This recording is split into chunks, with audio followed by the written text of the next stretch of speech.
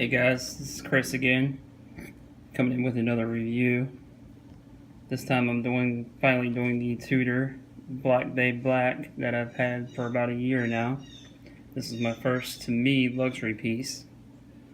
So, on to the watch. This certain model, sorry about the location guys, I'm in a different location right now than I usually film from. Don't have my studio lights or anything like that.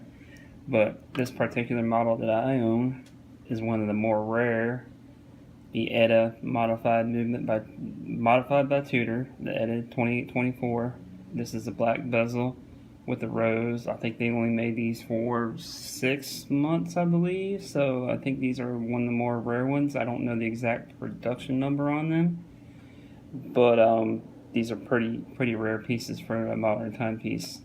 As you can see, it's got that gilt dial, which I love. I usually don't really like the gilt hands or the gilt dial, but that kind of drew me to that over the Rolex Submariner. Kind of aesthetic-wise, I kind of prefer the Tudor over the Submariner as far as the aesthetics are going. But this is a 41mm watch. Doesn't really wear too big. As you can see, it's got the signed crown over there with the Tudor rose. Like I said, it's got the red rose here at the 12 o'clock tip. Comes in at 41mm with 22mm lug width. This thing is such a versatile piece that I keep it on this Tudor strap. This is a stock Tudor strap that came with it. It came with this and the distressed leather, which of course, as you know, I don't really wear the leather on it too much. I hadn't really kept it on there. Since I kept it on there, it still stays in the box. The box and paper is quick wristwatch check, by the way. I'm wearing a new SARB 035. Just got that in today from Long Island. Look for a review for this guy, and then Hammy just came in the last couple days. But again, back to the watch. Like I said, this is a modified ETA movement. It's really reliable, and it'll really be really cheap to service. So that's another plus. And like I said, it's 200-meter water resistant. And the dial is just so clean. I love the no date on there that they did when they did the new GMTs. I kind of wish they would have went with no date on the new GMTs. That would have given that clean kind of look. I love the new GMT though. I almost pulled the trigger on that. As you know, instead I got the Zenith El Primero. But again, like I said, this thing is pretty much wears really great every single day. I mean, it goes with anything. And I love the fact that the Tudors are under the radar compared to Rolexes. A lot of people just buy the Rolex, which I love Rolex. I'm actually tempted on the Polar Explorer 2 recently.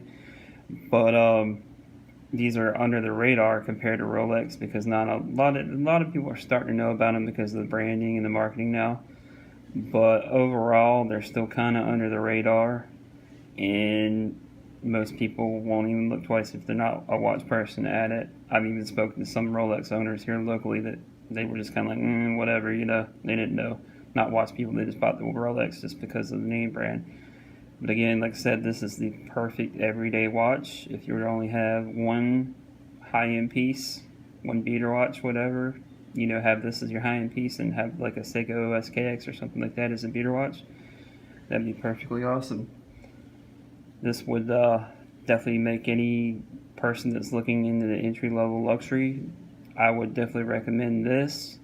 I have no personal experience, unfortunately, with Omega yet, but if you're looking at this or Omega, this would be one of the ones you would look at. Of course, now they have the new 58 model, which I believe is 39mm, I think. Don't quote me on that, so it's a little bit smaller than this. But again, this thing is just, I mean, like I said, this bezel has hardly any play in it at all. It just goes smooth, really smooth bezel. Unidirectional bezel, excuse me guys. But like I said, that gilt dial just works perfect with that black and that rose. Just gives it that classic vintage styling. I think this is a future collectible. It's already becoming a collectible. If you can get your hands on the black version of the ETA, the black bezel like mine, I would definitely say do it now because, just personal opinion, I think these might be the next Tudor Submariners, like value-wise, proposition-wise. I think these are steadily going up. This has gone up since I bought it actually. So, but yeah, as you can see, I wear mine, so it's not mint, but I definitely wear it. Like I said, guys, look for a full comparison of this to my Janelle. Finally, I'm probably going to be doing that in the next couple of days. Alright guys, let me know what you think. Peace.